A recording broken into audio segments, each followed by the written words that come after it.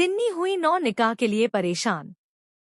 लेकिन दोस्तों, कहानी में अब ऐसा जबरदस्त और हैरान कर देने वाला मोड़ आने वाला है जिसे देखकर हर कोई दंग रह जाएगा। आने वाले एपिसोड में एक के बाद एक ऐसे खुलासे होंगे जो पूरी कहानी की दिशा ही बदल देंगे। जहां एक तरफ तिन्नी अपनी जिंदगी के सबसे बड़े फैसले को लेकर उलझन में होगी, वहीं दूसरी तरफ ईशान की जिंदगी मौत के मुहाने पर पहुंच जाएगी। सबसे बड़ा सवाल यही होगा कि क्या तिन्नी समय रहते सच का पता लगा पाएगी या फिर सब कुछ उसके हाथों से निकल जाएगा। जी हां दोस्तों, लेटेस्ट ट्रैक की शुरुआत तिन्नी की बेचैनी से होती है। वह लगातार नयनिका से संपर्क करने की कोशिश करती है, लेकिन उसका फोन बंद आता है। यह बात तिन्नी को अंदर ही अंदर परेशान करने लगती है। उसे महसूस होने लगता है कि नयनिका किसी बहुत बड़ी मुसीबत में फंस चुकी है। तभी शिशु भी उसके पास आता है और कहता है कि हालात बिल्कुल ठीक नहीं लग रहे हैं। अगर उन्होंने देर कर दी तो शायद बहुत बड़ा नुकसान हो सकता है। इसके बाद तिन्नी बिना एक पल गंवाए मुंबई जाने का फैसला कर लेती है। वह अपना सामान पैक करती है और निकलने की तैयारी करती है। तभी शिशु उसका हाथ पकड़कर कहता है, तुम अकेली कहीं नहीं जाओगी, मैं भी तुम्हारे साथ चलूंगा। अगर रास्ते में कोई मुसीबत आई तो हम दोनों मिलकर उसका सामना करेंगे। शिशु की यह बात सुनकर तिन्नी को थोड़ी हिम्मत मिलती है और दोनों तुरंत मुंबई के लिए रवाना हो जाते हैं।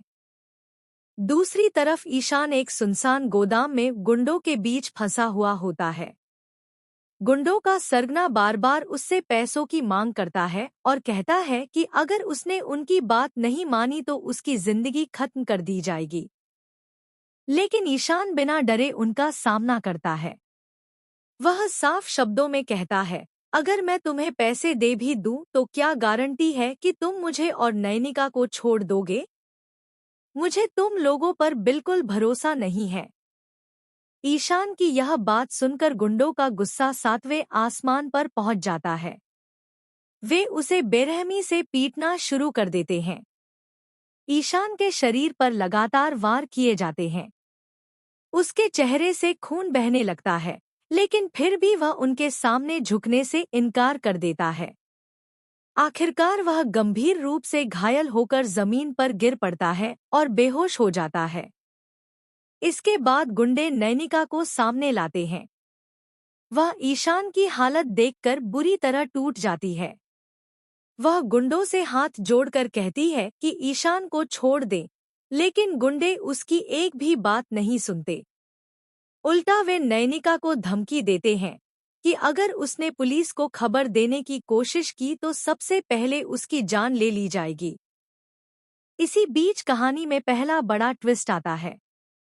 गुंडों का एक साथी चोरी छिपे किसी अज्ञात शख्स से फोन पर बात करता है और कहता है कि काम लगभग पूरा हो चुका है, बस ईशान का अंत करना बाकी है। यह सुनकर साफ हो जाता है कि इस पूरी साजिश के पीछे कोई बहुत बड़ा मास्टरमाइंड है, जिसने गुंडों को सिर्फ पैसे के लिए नहीं बल्कि किसी गहरे बदले के लिए भेजा है। उधर मुंबई पहुंचते ही तिन्नी और शिशु को कुछ ऐसे सुराग मिलते हैं जिनसे उन्हें शक होने लगता है कि मामला जितना दिखाई दे रहा है उससे कहीं ज्यादा खतरनाक है। उन्हें पता चलता है कि ईशान का अपहरण अचानक नहीं हुआ, बल्कि उसकी हर गतिविधि पर कई दिनों से नजर रखी जा रही थी। यह जानकर दोनों के पैरों तले जमीन खिसक जाती है।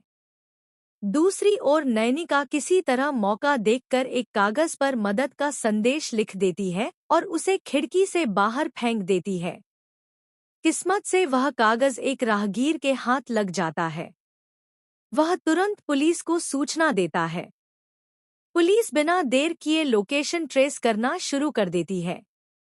इधर गुंडों को भी भनक लग जाती है कि पुलिस उनके करीब पहुंच रही है। उनका सरगना गुस्से में फैसला करता है कि अब किसी को जिंदा नहीं छोड़ा जाएगा। वह अपने आदमियों को आदेश देता है कि पहले ईशान को खत्म करो और फिर नयनिका को भी रास्ते से हटा दो। तभी कहानी में दूसरा और सबसे बड़ा ट्विस्ट आता है। जैसे ही एक गुंडा ईशान पर हमला करने के लिए आगे बढ़ता है, अचानक ईशान की आंखें खुल जाती हैं।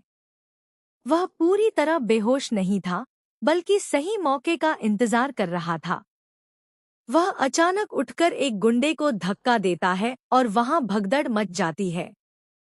नैनिका भी हिम्मत दिखाते हुए एक लोहे की रॉड उठाकर दूसरे गुंडे पर हमला कर देती है।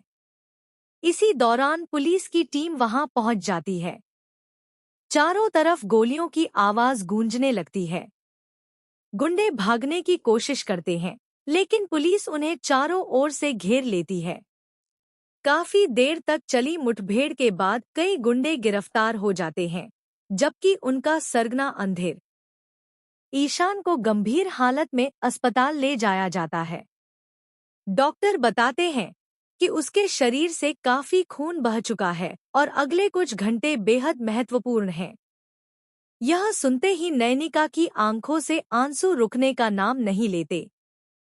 तिन्नी और शिशु भी अस्पताल पहुंच जाते हैं और ईशान की हालत देखकर पूरी तरह टूट जाते हैं। लेकिन दोस्तों, कहानी यहीं खत्म नहीं होती।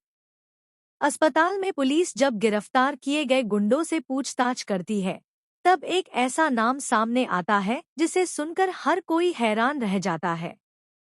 पता चलता है कि इस पूरी साजिश के पीछे कोई ऐसा इंसान है जिस पर ईशान और नैनिका सबसे ज्यादा भरोसा करते थे। यानी दुश्मन कोई बाहर वाला नहीं, बल्कि उनका अपना ही निकला।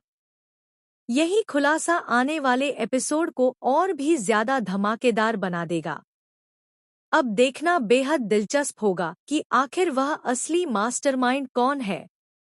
उसने ईशान और नैनिका के खिलाफ इतनी बड़ी साजिश क्यों रची? क्या तिन्नी उस चेहरे से पर्दा उठा पाएगी? क्या ईशान पूरी तरह ठीक होकर इस साजिश का सच सबके सामने लाएगा? और क्या नैनिका अपने परिवार को इस नए खतरे से बचा पाएगी? इन सभी सवालों के जवाब आपको आने वाले एपिसोड्स में मिलने वाले हैं, जहां हर पल एक नया ट्विस्ट, नया खुलासा और जबरदस्त हाई वोल्टेज ड्रामा देखने को मिलेगा।